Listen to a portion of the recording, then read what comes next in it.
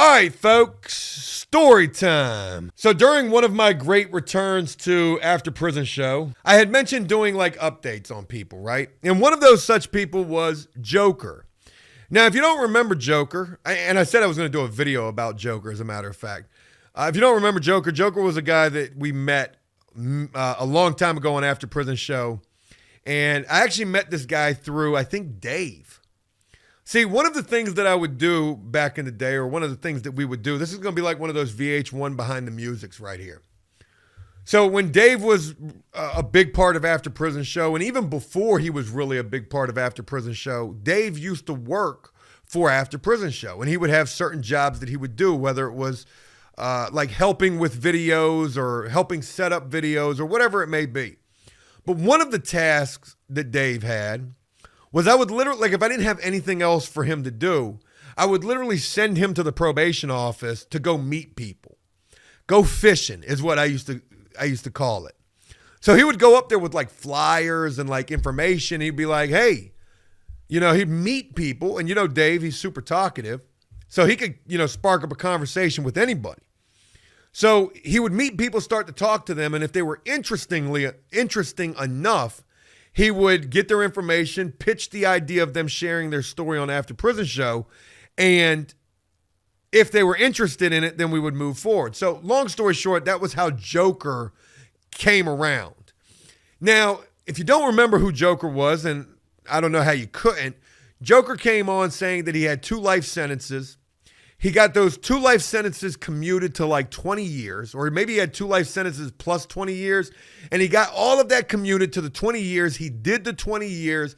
He got locked up when he was like 13 years old for killing like 5 people and feeding somebody to a dog or some shit. Like, his story was so freaking insane that one, not only did Dave chomp at the bit, so did I. I was like, holy shit, this is insane. It's just got to be real. So we immediately begin working with Joker, filming and immediately throwing those videos on YouTube. I went to my stepdad's room, grabbed a nickel plate at 45, went 2.5 blocks, knocked on the door. He answered, shot him in his kneecap, drug him into the middle of the floor. I heard footsteps running down the hallway, and I stepped up, and there's like 4 other people there. I didn't expect nobody to be there. They turned around and ran back into the room, and I chased them. When they went in, they closed the door. I kicked the door open. Girl picked up the phone, and I disposed of her. There was one guy that went to run out the room. I shot him in the back of the head. We filmed the first installment. We threw that up on YouTube, and it wasn't until the video went live that I started thinking to myself, we probably should have verified this guy first, right? Because I'm looking him up. I can't find any information about the guy. And I'm like, oh shit. We probably just did something really stupid right here. We probably just let this guy come on here and straight lie about everything that he was locked up for. And even though I'm Googling this guy and doing Ben Verifieds and background checks and I can't find nothing about this dude, I still want to believe that it was real, because why the hell would somebody lie about this shit? I couldn't understand how somebody would want to lie about a story like that. So we do the second video, and it gets even more crazy and more unanswered questions. We would leave each filming session with more questions than we had answers for. So after the second video went up, I was pretty much convinced, fuck it. I know this dude is full of shit, but let's just let him tell this freaking tale of bullshit and then expose him at the very end, which is what we kind of tried to do. And we did so in a very watered down way. We should have really went in on this dude.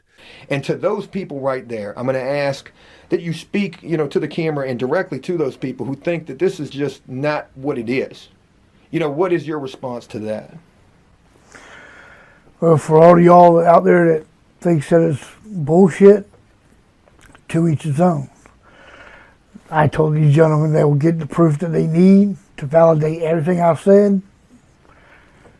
That way you can eat your own words.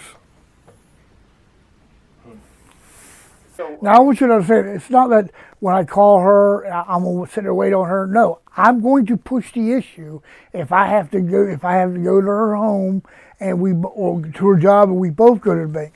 I'm going to make this a priority to get you what it is that you need. The last thing that we would hear from Joker would be that he was going to get the court transcripts that his sister had in some bank vault lockbox, and he was going to share that with us so that he could confirm everything was the truth. Of course, that never happened. And of course, those videos did stupendously well. Like, I can remember when I first started using TikTok, which I don't use TikTok anymore. I would take little clips of videos and I would put them on TikTok. Well, the Joker saga was one such set of videos that I put clips on TikTok. You know, I got a video of Joker on TikTok with 10 million fucking views.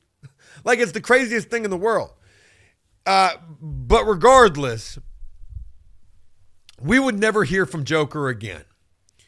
And man, I really wanted to try to find this guy. Well, anyways, long story short, folks, I have found Joker. And what I'm getting ready to share with you, you're probably not going to be surprised by.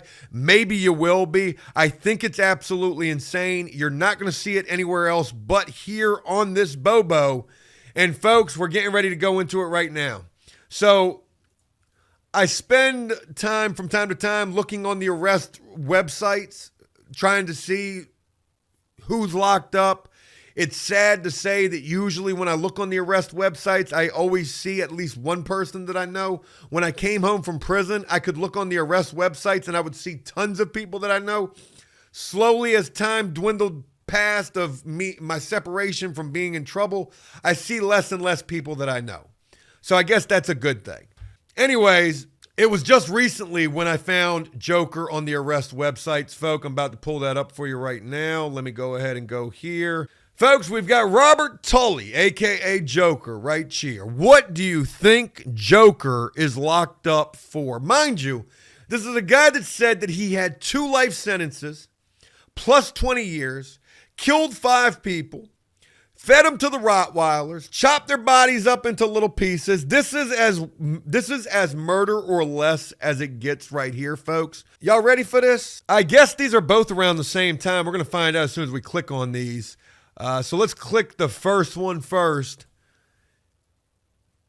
And here we go. This was in July of 2022. This was just last year. There he is with his Joker, his Juggalo tattoo right there on his face. He had a bond of $1,500. Okay, keep that in mind. A bond of $1,500, and he was locked up for theft of a credit card or credit card numbers. Can you believe it?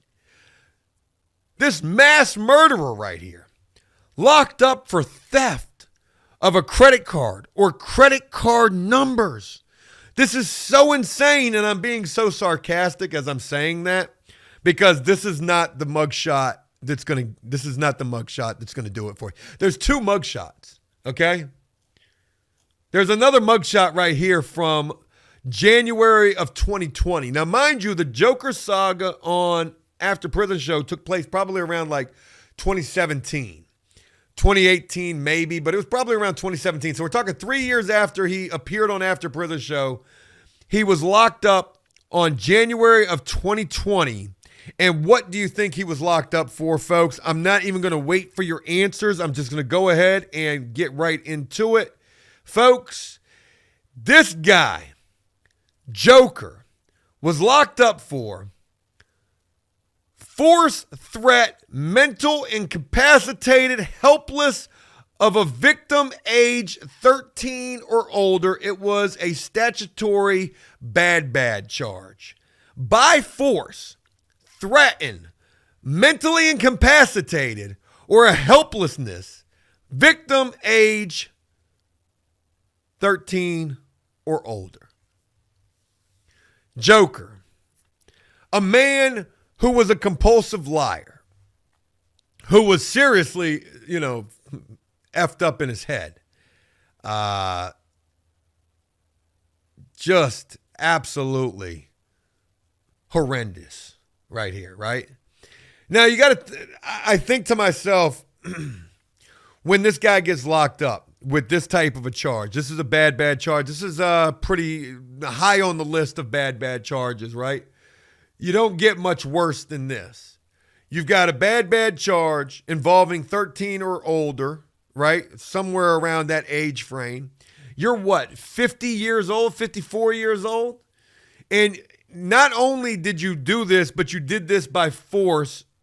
You threatened this person to do this. At least that's the way the charge reads.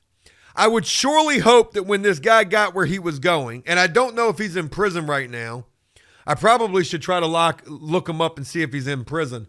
But I would surely hope that wherever he was locked up for, they beat the dog shit out this dude for that right there. You don't get no worse than that. But here's the crazy thing. This took place in 2020, right? Did he beat the charge? Because in 2022, less than 2.5 years later, he's getting locked up for stealing credit cards. What's going on with this guy? How you got a charge like that, and just 2.5 years later, you're back out stealing credit cards? Let's go ahead and look him up and see if he's locked up. That would be the ideal thing to do. Yep, I just tried to look him up and nothing. Put his name in, Robert Tully, and no offender match was found using this information.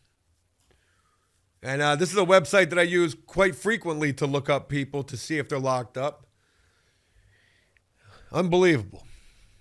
How the hell are you out? This guy's a monster, in my personal opinion.